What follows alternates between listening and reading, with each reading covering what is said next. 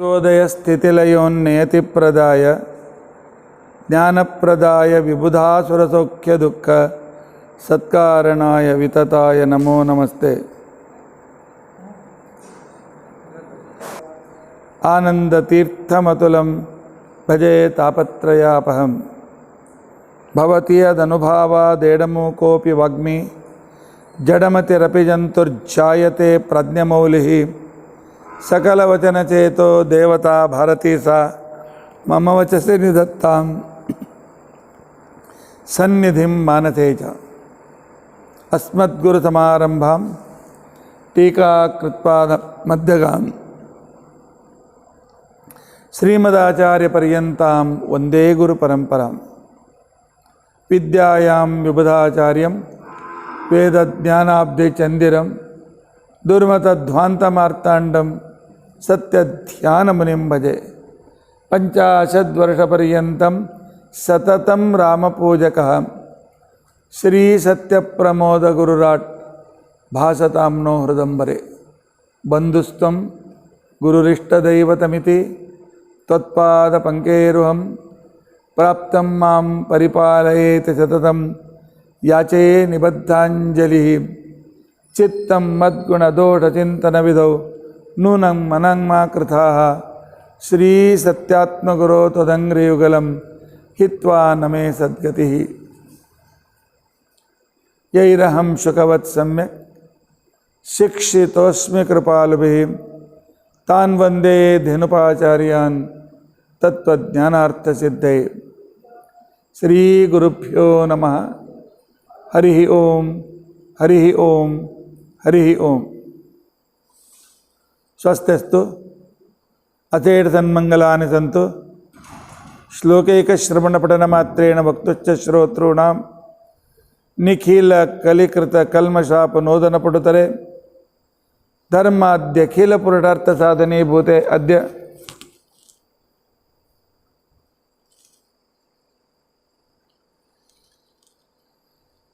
सदाचार स्मृति विवरणांगत्वेन संध्यावंदन विवरणारंभे सति किंचित पूर्वकथानुवादः। हरिः ओम हरिः ओम हरिः ओम।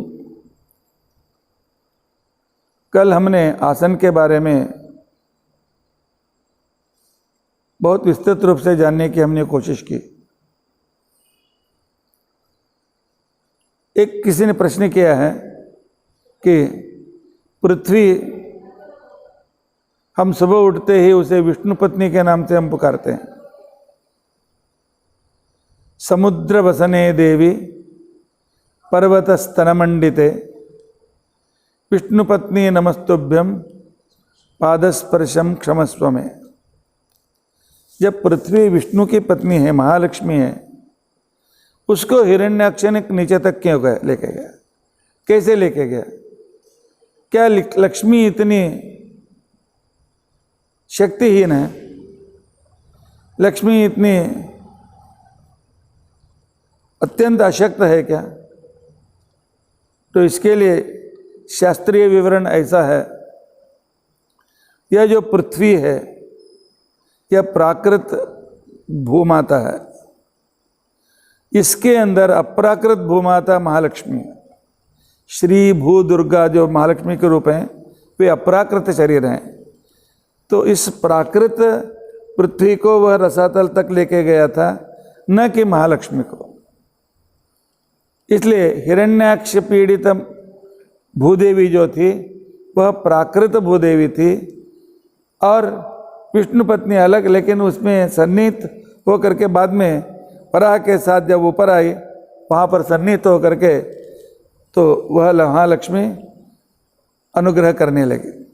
इसलिए यह एक विशिष्ट रूप से अलग ध्यान देना अत्यंत आवश्यक है।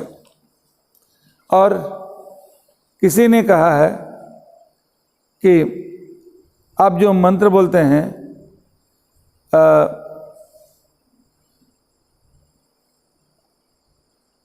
आज अस्य मेरुपृष्ठरटे सुतलम छंदः कुर्मो देवता, इस संदर्भ में पृथ्वीत्वया धृता लोका देवी त्वं विष्णुना धृता त्वंच धारय माम देवी पवित्रम कुरुचासनम। इस समय में सोममंडल के बदले वायुमंडल ऐसा कहीं पर मंत्र है। आपने सोममंडल कहा और वहाँ पर वायुमंडल है, क्या करें? तो सोम शब्द का अर्थ पवमान सोम, ऋग्वेद में वायु के रूप में ही अर्थ किया गया है। इसलिए सोममंडल का मतलब वायु का ही दूसरा नाम है सोम, इसलिए दोनों में विरोध नहीं है। अच्छा, आज हम विषय देखने की कोशिश करेंगे भूतोच्चाटन। संसार में अनेक ऐसे मनुष्यों को पीड़ादायक, मनुष्यों को पीड़ा देने वाले ऐसे अनेक दुष्ट शक्तियां हैं, उन्हें भूत कहते हैं।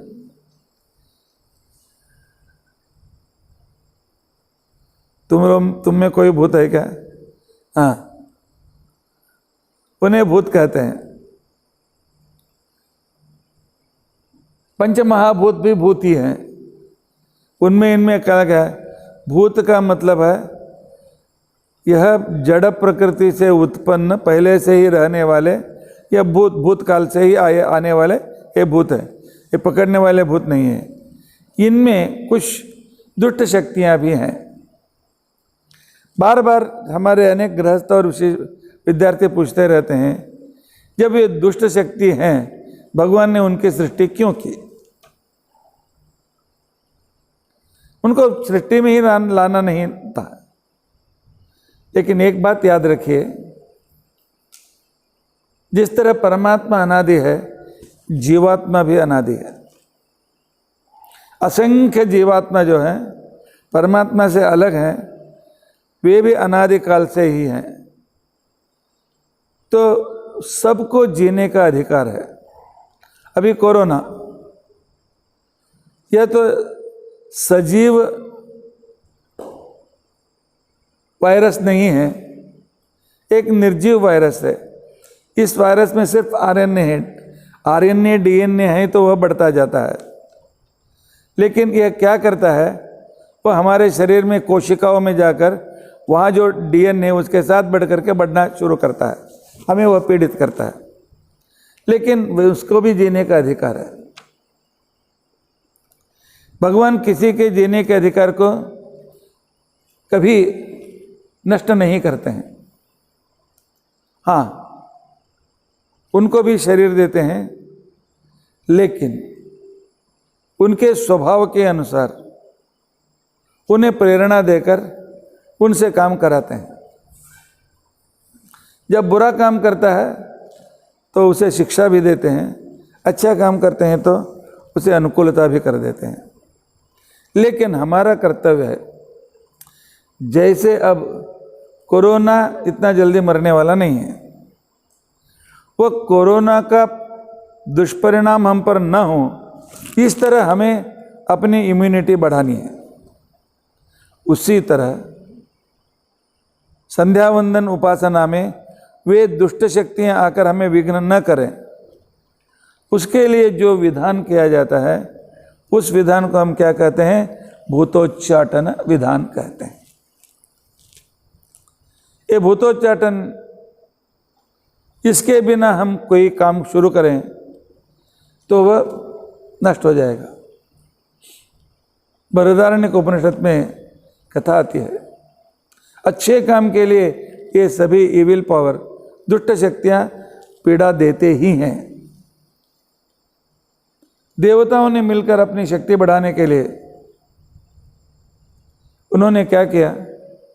एक बहुत बड़ा यज्ञ किया।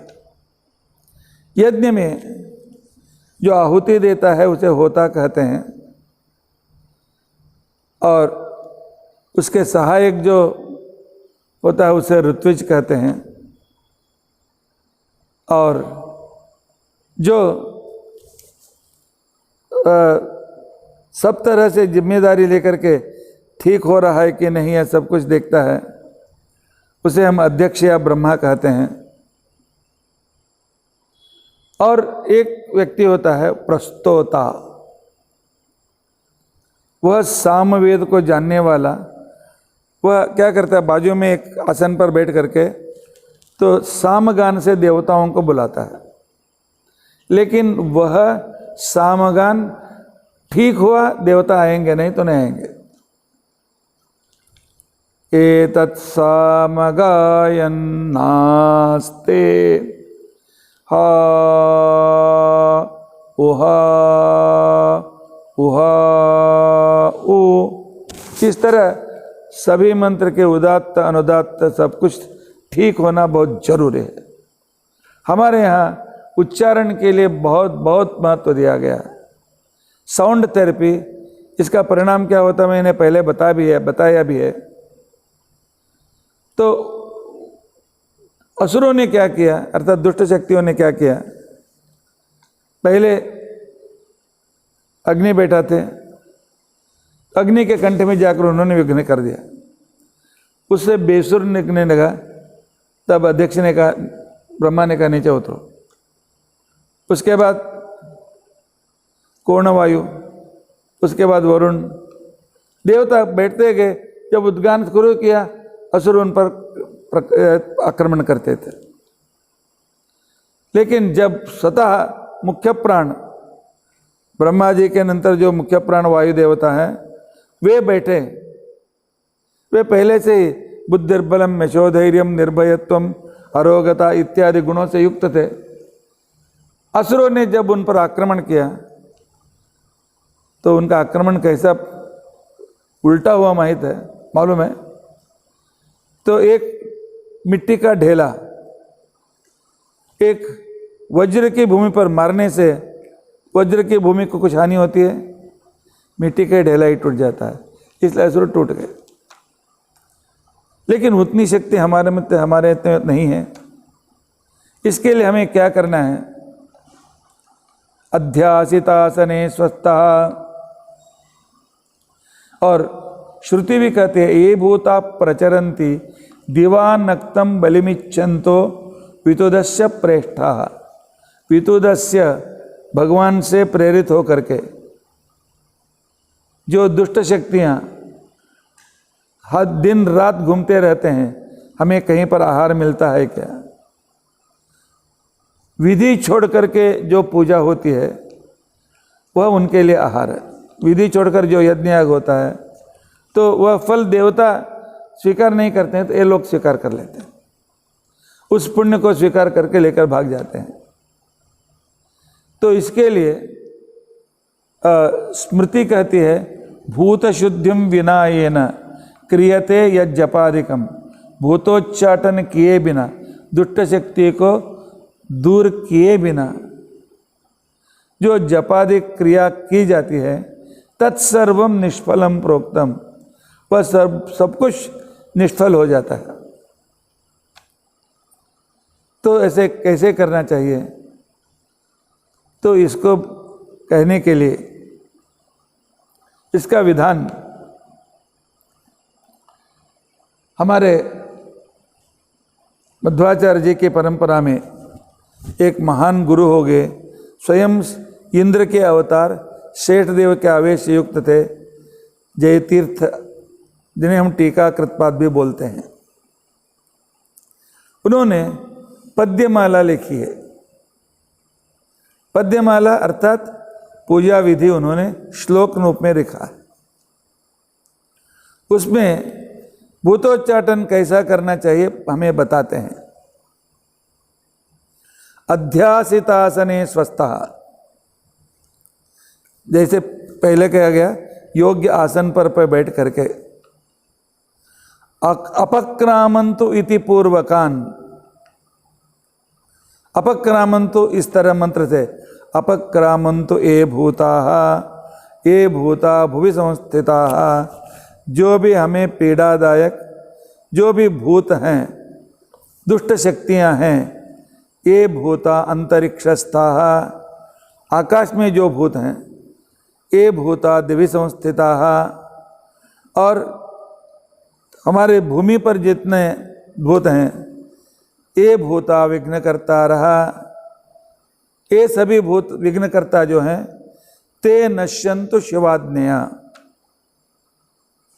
लेकिन जय संहिता में है ते भूता विघ्नकर्ता रहा ते नश्यंतु आज्ञया हरे है, विष्णु की आज्ञा से वे चले जाए। और यहाँ बोलते हैं शिवाज्ञया बोलते हैं, किसको ठीक समझे? भगवान का ही नाम विष्णु का है, वह भी शिव माना जाता है। शिव मंजन मंगल कार्य, इसलिए कहा गया है कि मंगलानांच मंगलम, विष्णु सहस्त्र नाम के पहले कहा जाता है भगवान को मंगलों के लिए मंगलदायक, इसलिए शिव आज्ञा हरि आज्ञा दोनों समान माना चाहिए। और शंकर जी की भी, क्योंकि सभी भूत प्रमथगण शंकर जी के अधीन में हैं, हम शंकर जी से प्रार्थना करते हैं आप इन भूतों को भगाइए। भूत प्रेत पिशाचाद्या एचान्ये भुवि संस्थिता, भूत प्रेत पिशाच, ये सब कुछ अंधविश्वास है, कौन मानेगा? मानना पड़ेगा, ऐसे अनेक उदाहरण संसार में हैं। स्वयं मैं भूत का अनुभव ले चुका हूं, आप लोगों को बहुत बार बताया भी मैंने। और प्रेत अपने भागवत कथा में देखते हैं, प्रेत के रूप में आकर के धुंधुकारी गोकर्ण के सामने आता है। और पिशाच, यदि आप अयोग्य समय में चौक में जाते हैं या स्मशान में जाते हैं, ऐसे तुम्हें रोग उत्पन्न होता है, वो रोग उत्पन्न हो करके बस तुम रोज रोज पतले पतले पतले पतले होते जाते हैं, अशक्तता आने लगती है। डॉक्टर को दिखाएंगे तो नॉर्मल बोलते हैं, लेकिन पीड़ा तो हो रही है। तब समझ लो कि पिश अश, हमारे अंदर की शक्ति को खाने वाले वो दुष्ट शक्तियां ये काम कर रहे हैं। ये सब जो तेषामप्य विरोधन, उनको चले जाओ, आपकी स्तुति करते हैं, हाथ जोड़ते हैं, चले जाओ। क्योंकि शास्त्रों में कहा गया है कि कभी कभी दुष्ट व्यक्तियों को भी काम के लिए पैर पकड़ना पड़ता है। तो कभी कहते हैं कि काम है तो गधे का भी पैर पकड़ना पड़ता है, इसलिए तुम्हारे पैर पकड़ते हैं, आप यहां से दूर चले जाओ। लेकिन चले जाए, नहीं चले जाएंगे तो क्या करना चाहिए? तब क्या करना चाहिए? तो टीकाचार्य जी कहते हैं, पहले आप लोग अपक्रामंतो भूतानि मंत्र को बोलिए, उसके बाद दूसरी एक छोटी मुद्रा है, छोटिका मुद्रा। आवाज से इससे जो छोटी आवाज आती है उनके लिए वज्र के समान होता है, इसलिए छोटिका मुद्रा से आप दिग्बंधन कीजिए। और उसके बाद में क्या करना चाहिए? उससे भी पूरे नहीं चले जाएंगे,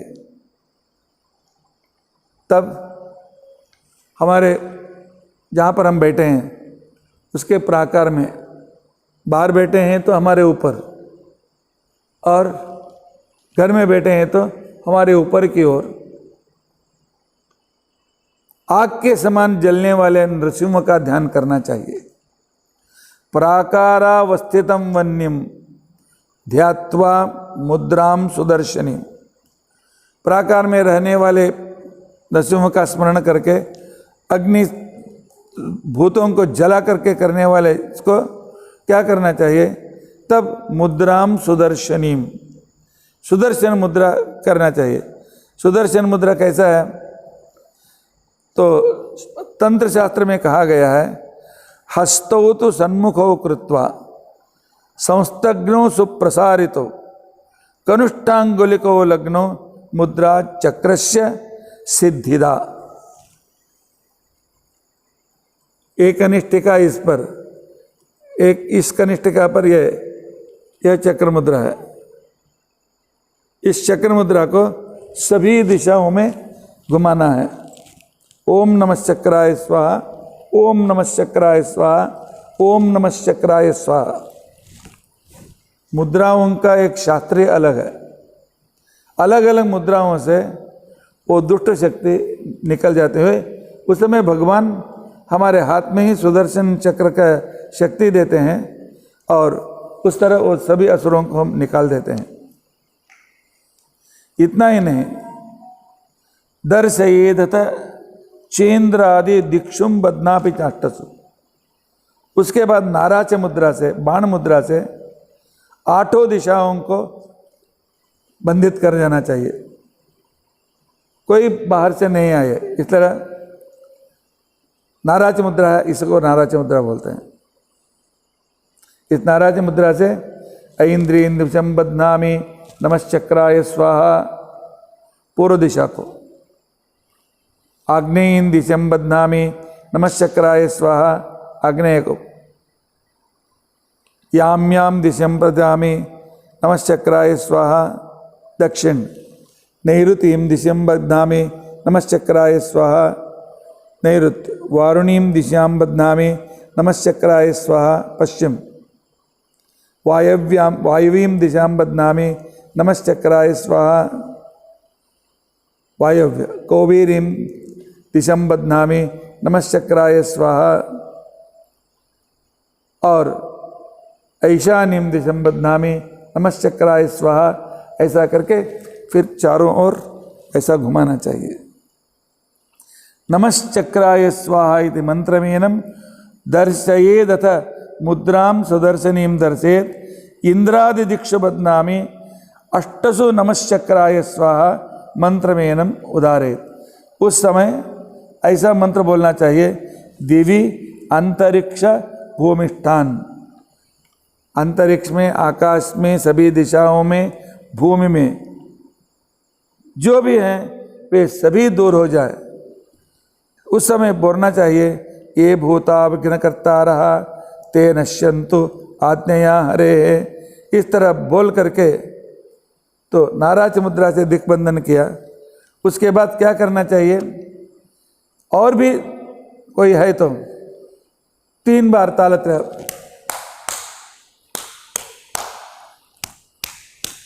इस तरह नीचे, बीच में, ऊपर। तो उस समय क्या करना चाहिए, तालत्रय करना चाहिए। उससे पहले क्या करना चाहिए, तर्जनीम स्फोटयेत दशसु अंगुलिकेन। तो उसके बाद वाम पाद से, हमारे दाहिने हाथ से लेफ्ट के अंगुली, पैर के अंगुली पकड़ना चाहिए। पकड़ करके 3 बार जमीन पर हाथ को ऐसा ऐसा मारना चाहिए। अंगुली पकड़ करके 4 बार, अर्थात भूमि, अंतरिक्ष, नाराच मुद्रा, चक्र मुद्रा और उसके साथ सुदर्शन मुद्रा, और उस तरह ये सभी से ये क्या पूरे तरह से ये निकले चला जाते हैं। इस तरह सब तरह के दुष्ट शक्तियां दूर हो जाती हैं। और सबसे बाद में भगवान विष्णु का स्मरण करना चाहिए। भगवान विष्णु, जैसे आप परीक्षित राज अपनी माँ के गर्भ में रहते समय गर्भ के चारों ओर चक्र धारण करके आप रक्षा करते रहे। मेरी उपासना, मेरी गायत्री उपासना होने तक आप इन दुष्ट शक्तियों को मेरे पास आने के लिए मत दीजिए। और यह शक्ति भी कैसी होती है, उसे योग शास्त्र में थॉट वाइब्रेशन ऐसा बोलते हैं। और संध्या वंदन को बैठते समय सोशल डिस्टेंस, एक आदमी संध्या वंदन बैठा है, दूसरा कम से कम 2 फीट, 2 यार्ड, 6 फीट दूर बैठना चाहिए। उस एरिया में उसके दुर्विचार नहीं आना चाहिए। इसके लिए अलग आज जो नियम परिपाल किया जाता है वह अलग हम हमारे छात्र पहले से ही कर रहे हैं। उपासना करने दूर दूर रहो। आजकल सब जल्दी नज़दीक नज़दीक क्यों आते हैं? एक व्यक्ति मोबाइल से सिनेमा लगाता है, दूसरे सब उसके चारों ओर बैठ करके, कोई सिर के ऊपर बैठता है, कोई उसके कंधे पर बैठता है, कोई उसका इस तरह, सब कुछ तरफ को कोरोना सब में चला जाता है। ऐसा नहीं होना चाहिए। वाम पाद तलेनाथ भूमिम अस्फोटयेत् त्रिधा। इतना होने के बाद सभी भूत चले गए। ऐसा निश्चित करके उसके बाद और एक काम करना है। हम जो जिस दर्भासन में बैठे हैं उससे 2 दर्भ निकालना चाहिए। 2 दर्भ निकाल करके निरस्त परावसो इदम अर्वावसो सदने सीदामी, ऐसा बोल करके 2 दर्भों को फेंक देना चाहिए।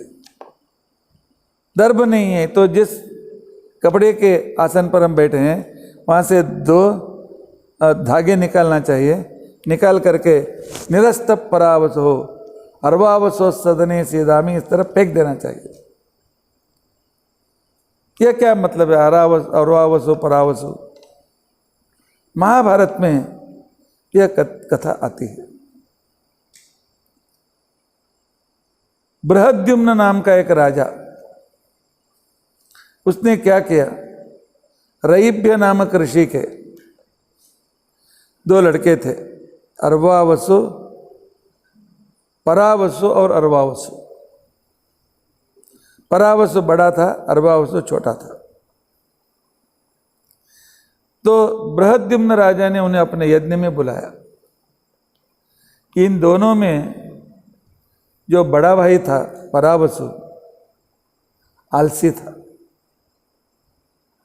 और इतना ही नहीं वो थोड़ा कनिंग भी था। उसने भाई से क्या कहा, माता पिता अकेले हैं, मैं थोड़ा जाकर आता हूँ, तुम सब यज्ञ को आगे बढ़ाओ। प्रताप तुम यज्ञ करो, मैं मजा करके बाद में दक्षिणा के लिए आ जाता हूँ। ऐसा ही स्वभाव वाला था। इसके लिए वो घर पर आ गया आराम करने के लिए। रात को पहुंचा। उस दिन रात को क्या हुआ था? उस रात को उनके पिताजी कृष्णाजन को अपने ऊपर पूरा लेकर के वहां पर सोए हुए थे। आधा प्रकाश आधा अंधेरे में उसने क्या समझा, कोई प्राणी इधर आकर बैठा, क्रूर प्राणी आकर बैठा है, ऐसा समझकर खड्ग से उसे मार दिया। पिता 2 भाग हो गए। रईभ ऋषि मर गए। सुबह होते मालूम पड़ा कि पितृहत्या ब्रह्म हत्या 2 दोष सिर पर आ गए। तो उस समय तो इसके लिए दोष निवारण के लिए बहुत कड़ी तपस्या करनी पड़ती है। तो उसके लिए उसने क्या किया, तो पिताजी का जो भी संस्कार था करना किया, करके फिर वो यज्ञशाला में आया। यज्ञशाला में आकर उसने कहा, देखो अनजान से ब्रह्महत्या मुझसे हो गई है और उतनी कड़ी तपस्या मैं नहीं कर सकता हूँ, तो इसके लिए तुम तपस्या करो, मैं यज्ञ कराता हूँ, मेरे ब्रह्महत्या को तुम दूर करो। भाई बहुत अच्छा था, परोपकारी था, तो उसने कहा अच्छा ठीक है राकेश ध्यान दो। क्या कि भाई को यज्ञ, भाई का मतलब था यज्ञ का पैसे स्वयं ले, हड़प लेना। तो गया तपस्या करने के लिए, और यह यज्ञ तो 2-4 साल चलने वाला था। उसने कड़ी तपस्या की और ब्रह्महत्या के लिए जो प्रायश्चित करना था करके वह वापस आया। अपने छोटे भाई को आंकने देख रहा, अभी दूसरा कारण नहीं है, अभी जो भी हो तो इसको आधा तो दक्षिणा देना पड़ता है। इसलिए उसने क्या किया, राजा को बुलाया, बृहद्युम्न को, देखो मेरा भाई जो आ रहा है, मुझे मालूम पड़ा, उसको अंदर मत भेजो, उस पर ब्रह्म हत्या दोष है, तुम्हारा यज्ञ भी बिगड़ जाएगा। ब्रह्म हत्या क्या था इसने, लेकिन उसको डाला अपने भाई के ऊपर, इसके इधर आने के लिए मत दे दो, नहीं तो तुम्हारा यज्ञ सब बिगड़ जाएगा, ये सब कुछ खर्चा व्यर्थ जाएगा। तो राजा ने क्या किया, उसे बाहर से सैनिकों को भेज करके अंदर नहीं आने कहने, चले जाओ, ब्रह्म हत्या से पीड़ित हो, तुम्हारी आवश्यकता नहीं है। राजा कुछ जानता नहीं था, लेकिन ऐसा क्या। तो यह देख करके उस समय उसको बहुत बुरा लगा, अरवावसु को। उसने जाकर के सूर्य अंतर्गत नारायण की बहुत कड़ी उपासना की, जो हम आगे गायत्री में करने वाले हैं, और बहुत भक्ति से, बहुत श्रद्धा से, बहुत कठोर नियम के अनुसार उसने की। तो जब भगवान प्रकट हो गए, प्रकट होकर के भगवान ने कहा, 2 वर तुम्हें मांगने के लिए देता हूं, वो वर मांगो। अरवावसु अपने बारे में कुछ भी मांग सकता था, लेकिन बहुत उदार था। तो उसने क्या किया, मेरे पिताजी जीवित होने चाहिए और मेरे भाई का जो भी ब्रह्महत्या दोष है यह निकल जाना चाहिए। इस तरह वर लेने के बाद देवताओं को मालूम पड़ा यह भाई हमें आहुति दे रहा है, लेकिन वही दोषी है। वे राजा को आकर के कहा, देखो तुम्हारे यज्ञ में हम नहीं आएंगे, अरवावसु से यज्ञ कराओगे तो आएंगे, नहीं तो हम नहीं आएंगे। और उस दिन से देवताओं ने एक नियम बनाया, जहाँ भी धार्मिक कार्य होगा, जो आसन में बैठ करके पूजा उपासना जो करेगा, अरवावसु को, परावसु को यहाँ तक भगा देंगे। अरवावसु को बुला करके, अरवावसु को ध्यान करके जो काम करेंगे वह पूर्ण रूप से सफल होता है। तो इस तरह करने पर हमें हमेशा पूजा हो या संध्या हो, श्राद्ध हो, कुछ भी हो, उस समय निरस्त परावसु हो, अयम अरवावसो सदने सीदामी। तो इसलिए इसने क्या हो गया, उग्रम तपस्समाप्ताय दिवाकर मथाश्रिता तंते प्रवश्यामासो निरासुश्चैव परावसुम। उस दिन से देवता लोग परावसु को भगा करके अरवावसु के साधन में आकर तो देवता लोग आकर के अनुग्रह करने लगे। इसलिए आसन के साथ भूतोच्चाटन और भूतोच्चाटन के साथ दिग्बंधन के साथ परावसु के ध्यान से एक पवित्रता लाना, परावसु को भगा करके अरवावसु के ध्यान से एक विशेष सन्निधान लाना, इतना करने के बाद अभी जप के लिए और पूर्वांग क्या हैं हम देखने की कोशिश करेंगे। श्री कृष्णार्पणमस्तु।